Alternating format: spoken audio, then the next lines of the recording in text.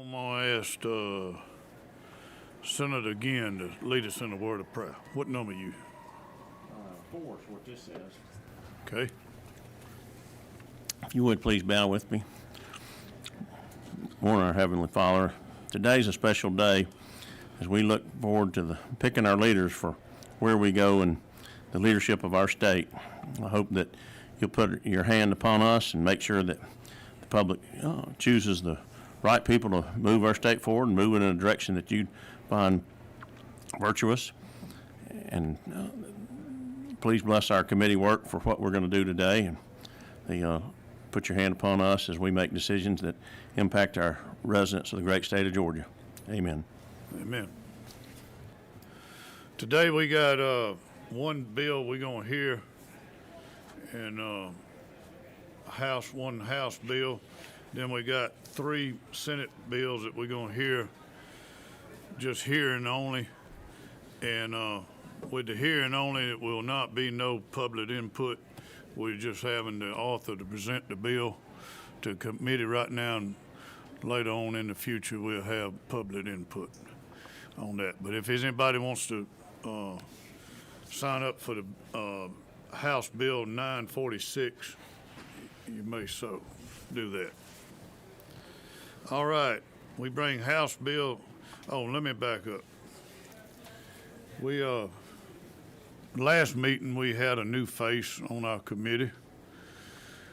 Now we have another new face on our committee, a new member.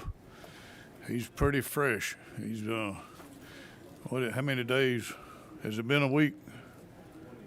1 week. He's 1 week old in the Senate this week. But we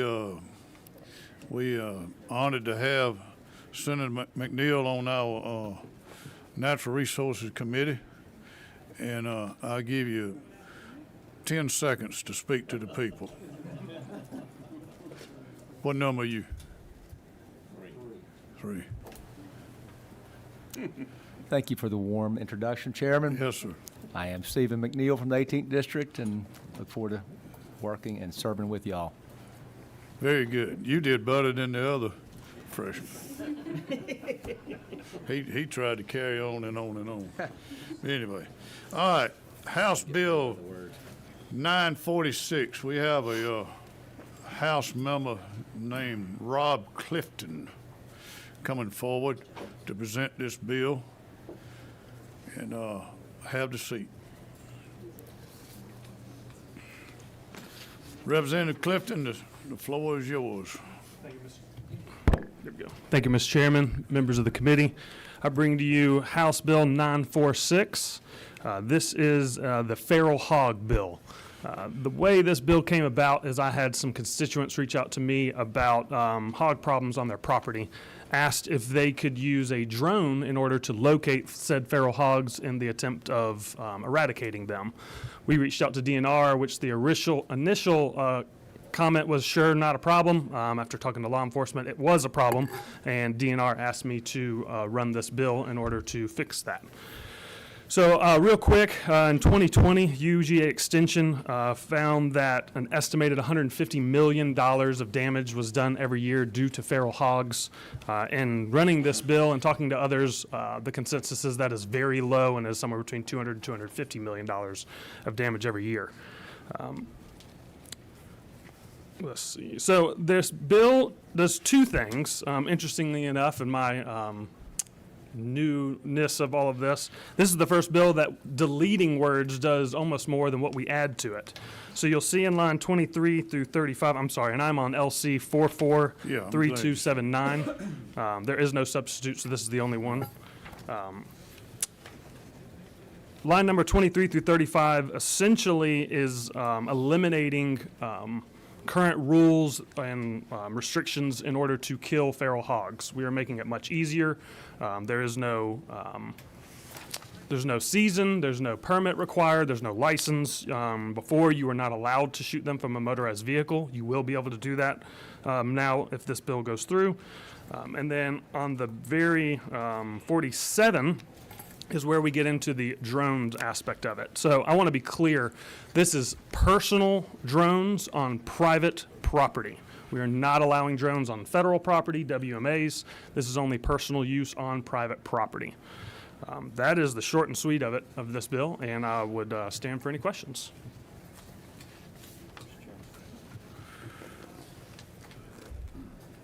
Number 4. Senate again. Thank you, Mr. Chairman. Representative Clifton said the thing about drones and things, this does not allow for anybody to put any kind of weapon or grenade or nuclear bomb or the kind of thing on a drone. They can just locate the animals with the use of a drone. Is that correct? That is correct. Thank you for that Okay. clarification. So I still think it's illegal to shoot them out of a helicopter, but I don't know why yet. This bill will allow you to now in Georgia shoot them out of a helicopter if we pass this bill all the way through. Okay. A motorized vehicle would be including a helicopter, and if this bill is passed through and signed by the governor, you will be allowed to shoot hogs from a helicopter, similar to how they do in Texas. We eradicated 10 on the Ginn Farm this Saturday, so Congratulations. they are tearing the world up. I bet another 10 have been born since then, unfortunately. I'm going to keep working on those numbers. In fact, quick anecdote, I bought some property last year and got some trail cameras for Christmas. I put those up, and last week I got a video of about 2 different litters. From what we can tell, there was about 4 adults that ran up, and then a litter followed, by another 4 adults and another litter. We counted about 30 hogs right there. And based on the age and talking to DNR, we think they were born in the last couple months. So Being a it's- hog expert, can you tell me the gestation period for a hog? Funny enough, I believe about 2 years old, they can start having babies, and they can have 2, sometimes rarely up to 3 litters a year, and you're averaging anywhere between 8 and 18 hogs per litter. You didn't answer the question, sir. There's 3 months, 3 weeks, and 3 days. I didn't for know the that. gestation period of a hog. Wow, So I had I just no want to idea. make sure, they're 3 months, 3 they're weeks, they're 3 not days. quite as fast as rabbits, but they're getting faster. More I think in a litter. 3 months, 3 weeks, and 2 days? 3 days. 3 days, okay, I can remember that. 3, 3, I 3. figured you might be able to, so Yes, you'll sir. be an expert. Yes, sir. Thank you for presenting the bill. Do you think that possibly with the drone that you could also help with coyotes too, locate coyotes? Right now, this is specific to hogs. I do know there is appetite for varmint and other predators. That would be something we maybe, if the committee would like to, or maybe in the Senate itself, I would be completely open to that. I would want to check with DNR to make sure they don't have an issue with that. But I do know predators is a big issue. The turkey population is falling dramatically, and one of the aspects of that they do believe is predators. Is DNR here today? Come forward, please.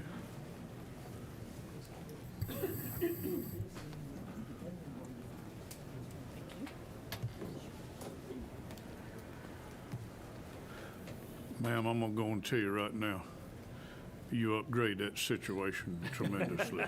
Thank you, Senator. All right, do you see this possibly being a helpful use for locating coyotes also? I'm going to let, good morning, Mr. Chairman, Trevor Santos with DNR. I'm going to let Dr. Joe Hanson from our Wildlife Resources Division, she's the Assistant Chief for our Game Management Section. I'm going to let her touch on that. We were just having a discussion in the back about it. Good morning. Can y'all hear me? Morning, yes. As the bill is currently worded right now, it only applies to feral Right, hogs. I understand. However, yes, absolutely, if you wanted to add coyotes, or if you wanted to just make it generic to invasive species, that would cover hogs. We consider coyotes an invasive species as well. But it would certainly be useful for that application. Okay, all right. Thank you, ma'am.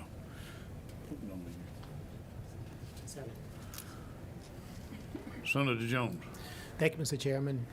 I'm just curious, how large of a problem are feral hogs and these invasive species in Georgia?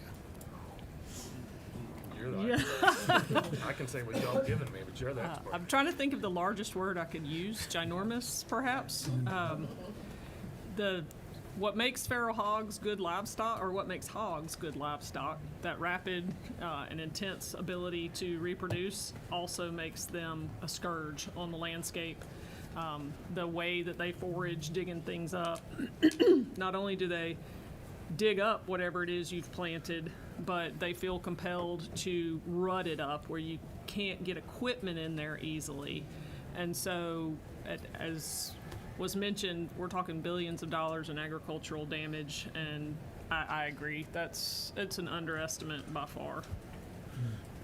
Senator, to give you an example, you can have a perfect, smooth hay field, one that you're proud of. Wake up the next morning, and you got the ugliest mess that you ever seen in your whole life. I mean, it's just rough, and then you got the expense of having to try to get it back in shape, and not only that, but try to hope and pray that they don't come back. Yeah. Does a lot of damage on good fertile land. But any other questions? Senator Sims, what number are you, dear? 9. You need to be number 1, but Thank you so much. you're number 9. It's your Representative, thank you so much for bringing this bill. My farmers in Southwest Georgia are truly in your debt because Senator Jones just asked how much damage. These farmers plant, and just as and we know that they come in, they root up the fields, they take out the seeds that have been planted and the early ones, and it's so costly to them. They have to go back in and replant, and some of mine have done not just twice but 3 times. They have to go back in and replant because of the damage that is being done by these feral hogs. So this will help them tremendously. Thank you so very much. Thank you. I couldn't quite find a question in that, but I know. But they also come in your yards. They come into they your do. yards. Yeah. all right. Any other questions? Uh-oh. What number are you, young man? Number 3, the freshman, the week-old freshman. I had a question about McNeil, Senator armadillos. McNeil, you can have the floor now. Oh. Thank you, Chairman.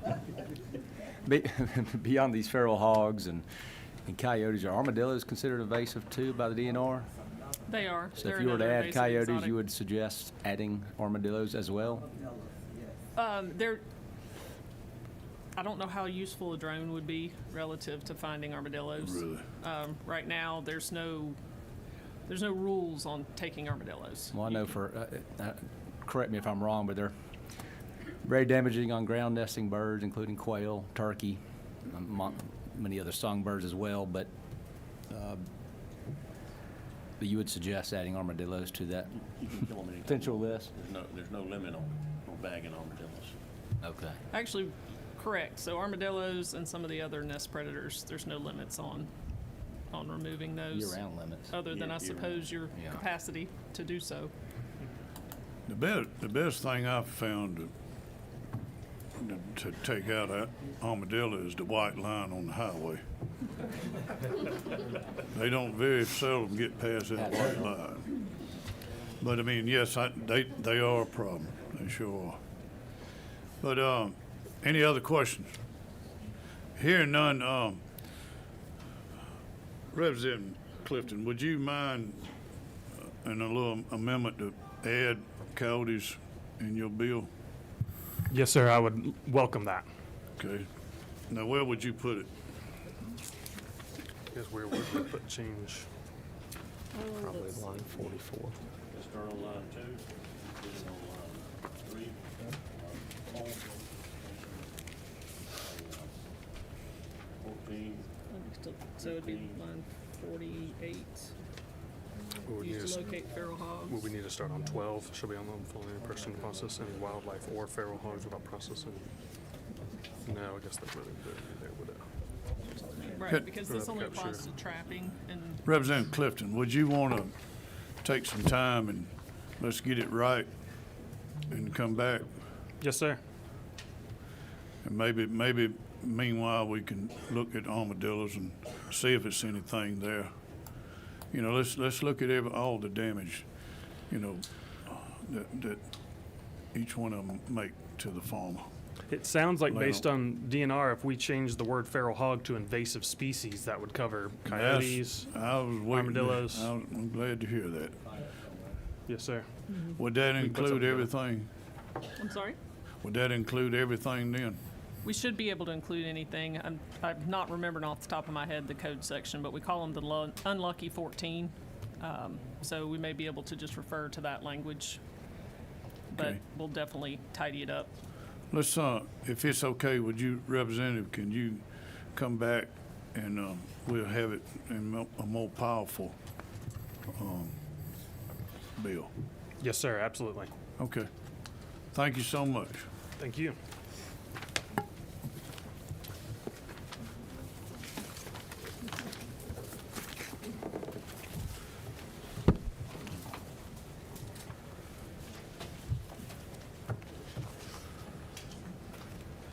All right, as I said, the next three bills are just hearings only, and we will just be hearing from the senator that would be presenting the bill, and also if the senator would like to have one person with them at the microphone to help them present the bill, but later on, then we would have input later on. So at this time, I'm gonna ask for Chairman Watson to come forward and present SB 577. Senator, would you like to have anyone? Yes, sir. Brittany Hull with Georgia Association of Manufacturers. Okay. We can come join, Is please, she sir. here? Oh, there she is. She is. She's ready. All right. Well, thank you, Mr. Chairman, members of the committee. I do bring before you Senate Bill 577, LC 600307. And I'm just going to walk through this bill, but before I do, I just want to, I guess, get started and say, on line 15, you'll notice that this bill will be known as the Coordinated PFAS Remediation Act. And I just want to put some emphasis on coordinated. Obviously, that is an important word, and we have a patchwork of things going on across the state with competing lawsuits and issues that in some cases may be dictating our environmental law in a courtroom, and that may not be the best place. It also is, I guess, resulting in different outcomes in different locations in different parts of the state. That may or may not be a good situation. But you'll see there as we move through the bill that we're finding as the General Assembly that our natural resources are important, that public health is vitally important, that safe drinking water is very important. We're also, for those of you that don't know what PFAS is, we are talking about it here, and actually it stands for perfluorocal and polyfluorocal, and I didn't want to say that publicly, but I tried. So there, should get extra points for that. But obviously I think most people know what this product is and how dangerous it can be if not treated and taken care of. As you go through there, you'll see some general findings of the bill and what's involved with PFAS. As we move to line 44, you will see what the intent of this legislation is in the General Assembly. Again, you will see the word coordinate litigation to make sure that resources are available to the state for the treatment of abatement, removal, and remediation of PFAS contamination of public waters, lands, and facilities. You'll also see that we want to promote, conserve, and again, coordinate resources to ensure that those resources are directed to benefit the citizens of this state as a whole, and that would be 100% of those resources. If we don't make sure that we get 100% of those resources, then usually our ratepayers are the ones that are having to pick up the other end of that. As we move on, you'll see a long list of definitions. Obviously, it's a complicated issue, so there's several pages of those definitions there. But we'll pick back up on line 116. And this is probably the most important part of the bill, where you'll see that we're turning over all the PFAS claims over to the state, and the state would become the sole plaintiff in these cases and claims. There is a prohibition on our local governments at this point because those will be turned over to the state. As you'll see on line 128, section C there, this does not affect individuals. It does not affect private companies, personal injury, or private property. You still have those rights, and you still get to carry on as you wish in those cases. Starting on line 137, and this is kind of the nuts and bolts of what we want to do after these cases are turned over to the state. We're granting powers to EPD to file claims on behalf of the state. They are the ones that are overseeing this and making sure that our water is clean and taken care of and managed properly, so they know what's supposed to be done and what's not supposed to be done. And so that's why we're involving them.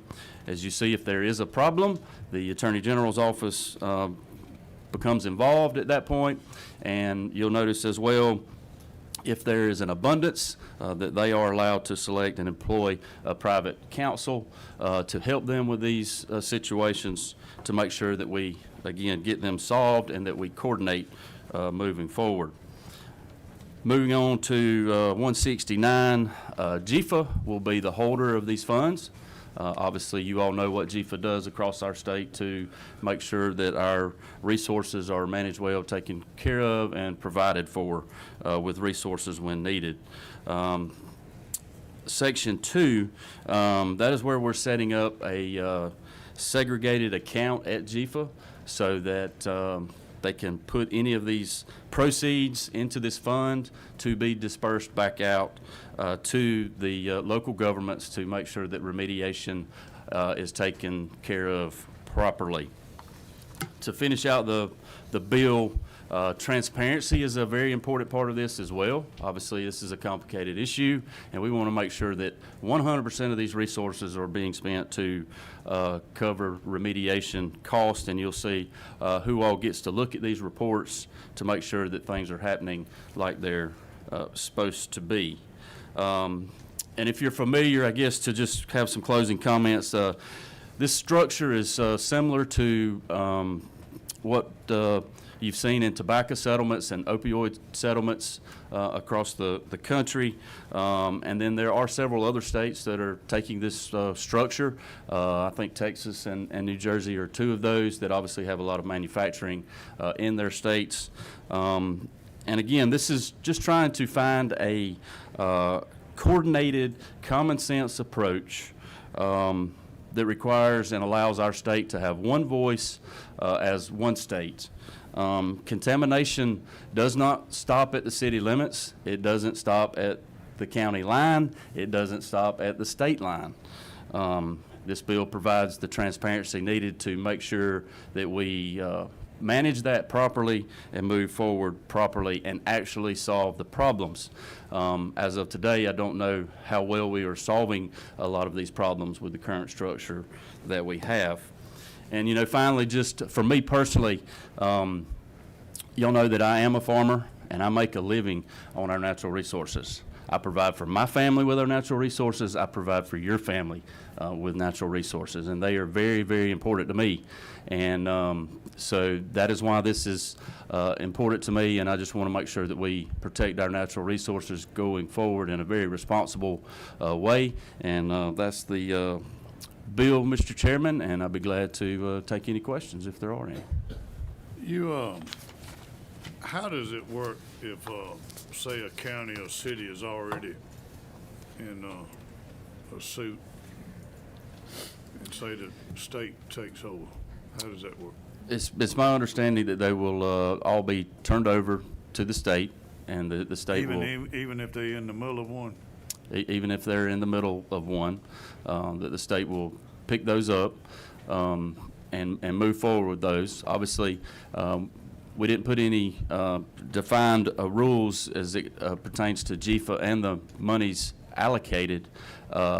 But as this bill moves through, Mr. Chairman, I would feel certain that if we need to make sure that all of those costs previously incurred would be included in any reimbursements that need to be made on behalf of those local governments to make sure that they are made whole. And again, this is to make sure that we're spending 100% of these funds on remediation and making sure things are taken care of. Does a county or city have the right to be part of the Attorney General's case at the same time? Well, as being their client, I don't know from a legal standpoint how much of the coordination between them would be. That may be more of an attorney question, but I would assume that they would be very involved in the case as it moves forward. Okay. Any questions? What number you, Senator Davenport? 10. All right, Senator Davenport. Yeah, I have some questions about this. I know you said this is a coordinated effort, but it sounds like the state is taking over and the Attorney General may or may not pursue this. And if we're talking about poison, we're talking about these poison chemicals, especially in drinking water. And so the municipalities are more likely to make the citizens whole, make sure that they get a fair share. And if it's going over to the Attorney General, I don't see how. Kind of explain that to me again.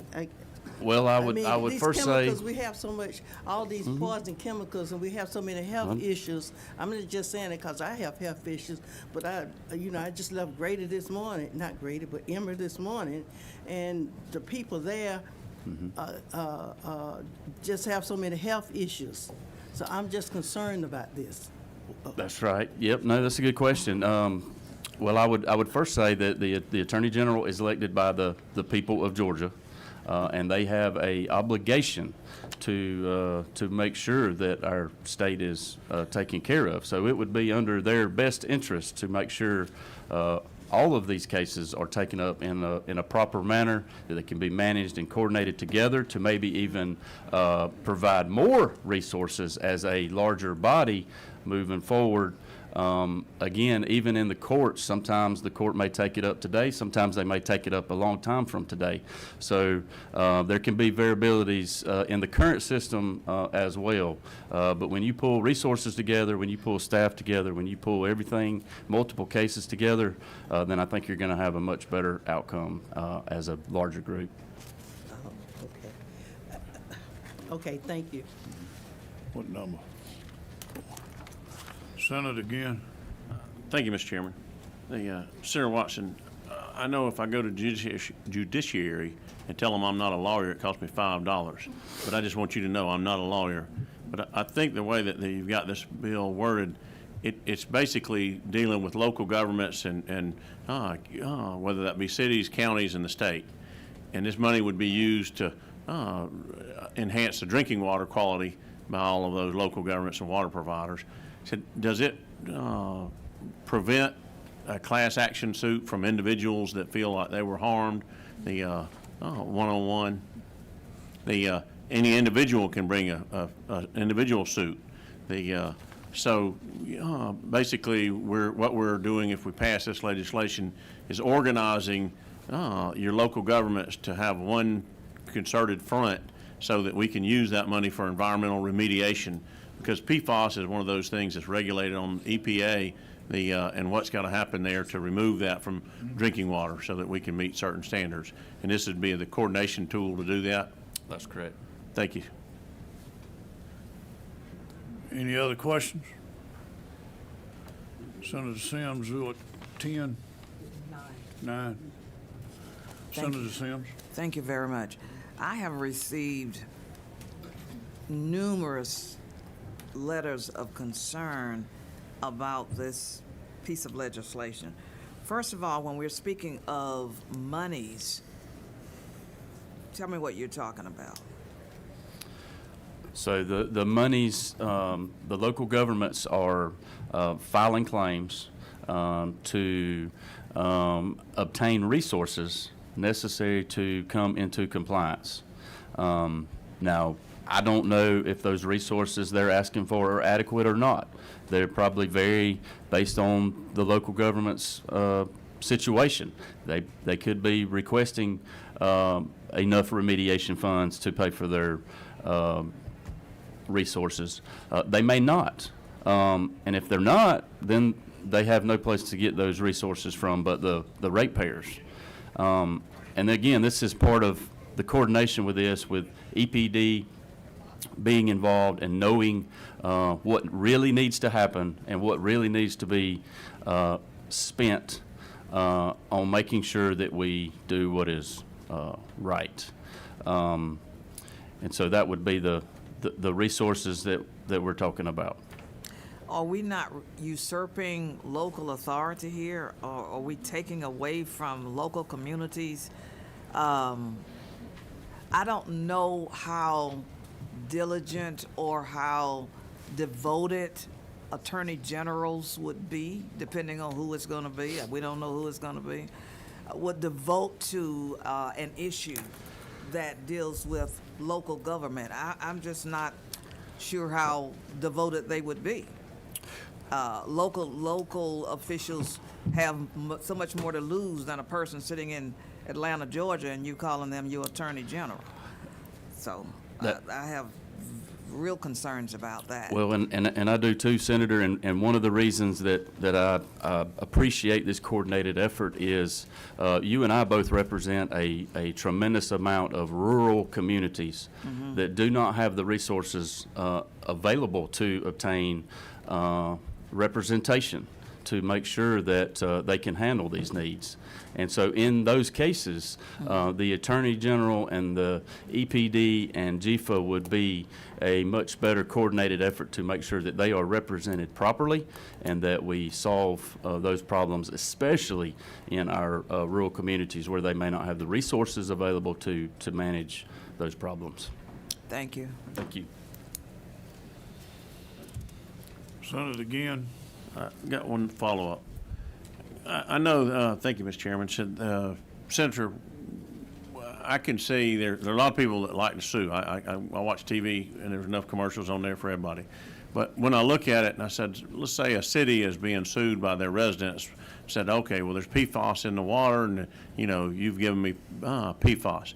Now, I know there's no city that's putting PFAS in the water, but what would be the situation where cities now is not acting in the litigation against somebody that was responsible for putting PFAS in water, but at the same time they're getting sued by residents. So they're preempted if this bill passes from taking action as an individual city, but then they may be being sued by their water customers or something along those lines.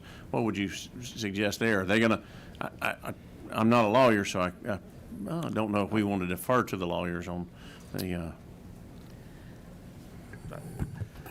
Thank you, Senator. At this point, I am not, State your name. sorry, Brittany Hull, Georgia Association of Manufacturers. At this point, I do not have a straight answer for you on that. I can't give you a specific example on that, but I will say under this bill, that citizen is still allowed to do that. And be happy to get back with you since this is just a hearing to answer your question on that. Yeah, and if I understand you correctly, in this situation, you know, the citizens are suing the local government, and probably in turn the local government is going to go sue somebody else, and we're just going to have a lot of things going on, and much time will pass, and it may eventually get taken up in court, and eventually resources may flow back down to those citizens who originally had a problem at some point. Oh. I think that's where, to me, I'd like to see that, you know, I don't think there's any cities that are out there putting PFAS in the water. So it's not, you know, we have to require to put certain disinfectants and so forth in the water, but PFAS is not one of them. So That's right. I'm hoping that, you know, not taking their rights away for a class action suit or an individual suit to somebody that they feel like has harmed their water, they can pursue that. But thank you for your. Thank you.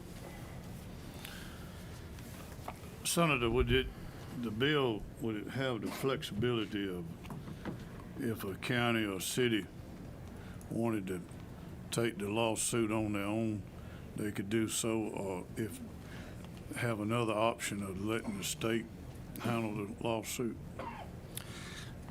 Not under the current language. They would all be, as a local government, as we have defined in this legislation, they would be reverted to the state to manage. Okay. Any other questions? Would you like to close with any kind of comment or anything? I'm good, Mr. Chairman. I think we've outlined a pretty good bill here, and I appreciate the committee's questions. And again, I think we all know how dangerous this subject matter is, and we just again want to make sure that we, as a state, try to develop more of a coordinated effort to, at the end of the day, protect our natural resources and our families that use them every single day. So thank you for letting me be here. I do have one last question. What does other states do? I mean, do we have any other states that already have this in place?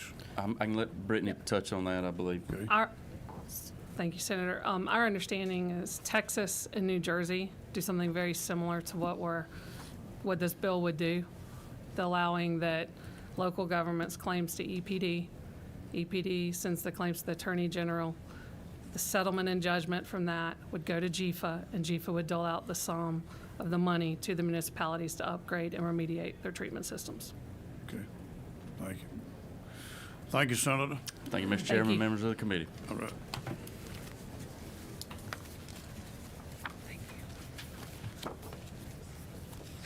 Next up is Chairman Hustella. Thank you. I don't know, is Jesse, you can come on up here, Jesse.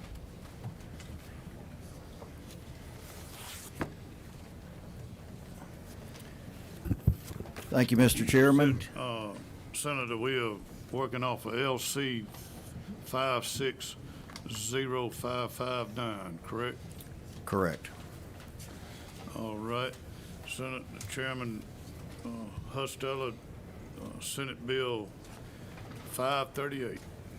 The floor is yours. Thank you, and thank you for the committee's time for a hearing today. Certainly, as a biologist originally and a healthcare provider, I do have concerns of these chemicals that we have very heavily concentrated in Northwest Georgia in our district. But my bill is not really about lawsuits and who's suing who, anything like that. It's just simply that we want to make sure that all our municipal water systems are aware of any of these that would be sent to them. And so it sets some parameters on who this would apply to if you've discharged 25,000 gallons or more, if you're more than 5% of the process stream, and that you have to send them notice if you manufacture one or more of these PFAS, if you produce any byproducts waste, use it in any industrial processes, any raw materials, commercial products. That's basically, no bills are simple, but basically that's what we're trying to do, is just to make sure that there's transparency, that people are aware of what's coming to them. Now, in a conversation, I'll just give an example with Oglethorpe Power over the weekend, or maybe it was Friday, I can't remember. They actually take gray water from Dalton Utilities, send it back to them, and they wanted to make sure in whatever language that doesn't apply to them, because they're not really producing anything. They're using it for coolant and sending it right back. They're not making anything. And so if there's any language, they felt like in one section here it was covered, and the other one they wasn't sure. And I know you're not taking testimony today. I think I heard on these, just a hearing. So I'm just saying, for the record, I want you to know that I'd be open to making sure that's taken care of. That's my explanation. And this is Jesse here is works on the rivers up there a lot. If you want to make a few comments. Sure. As well. Thank you, Senator. Is that okay, Mr. Chairman? State your name. Jesse Demumbrian Chapman. I'm the Executive Director of Coosa River Basin Initiative. Okay. Thank you, Chairman, and thank you, Senator Huffstetler. My organization has worked on this issue for the better part of the last decade, and I agree with a lot of the previous bill's testimony. We desperately need some leadership on this issue. One of the concerns that we've seen grow across Northwest Georgia is this lack of information has led to sluggish response to PFAS contamination being spread across Northwest Georgia because these compounds are being sent to publicly owned treatment works without the operator's knowledge. And so as a result, the effluent from these treatment plants that don't have the technology in place to treat them is contaminated, and as are the biosolids that are sometimes land applied after the fact. What this bill is endeavoring to do is shine a little bit of light on that relationship so that local leaders have public accountability for developing a plan. What is no longer working is using these compounds with any plan for how we're going to manage wastewater. And so our hope is that with transparency in how these compounds are being sent to the public sewer, that transparency will encourage creative solutions at the local level before we reach lawsuits everywhere in other communities. Okay. Any questions?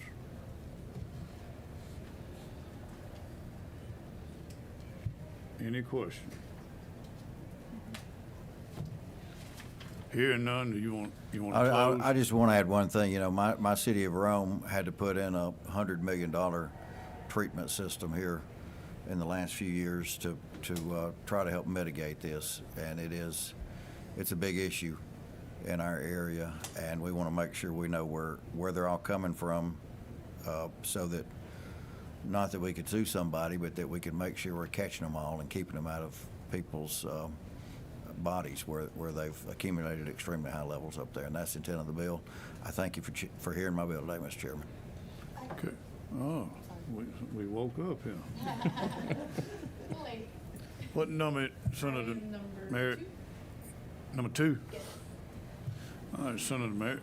Now, it seems like we already have some federal regulations that this would fall under EPA. So how is this different necessarily?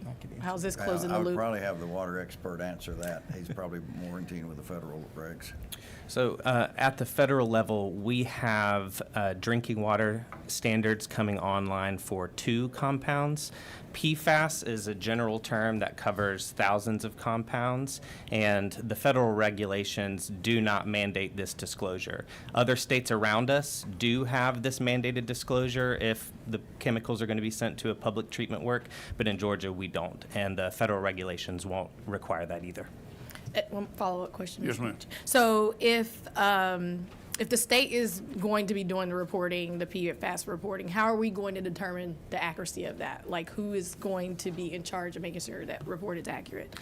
So in the bill, and I don't know the line off the top of my head, in the bill, a principal in the organization that is answering the questionnaire has to sign under penalty of perjury that the information is correct. This bill does not include any new monitoring or testing. That's line 118, by the way. It is only an affirmation of whether or not they are using these compounds and suspect that they're sending them into the public sewer.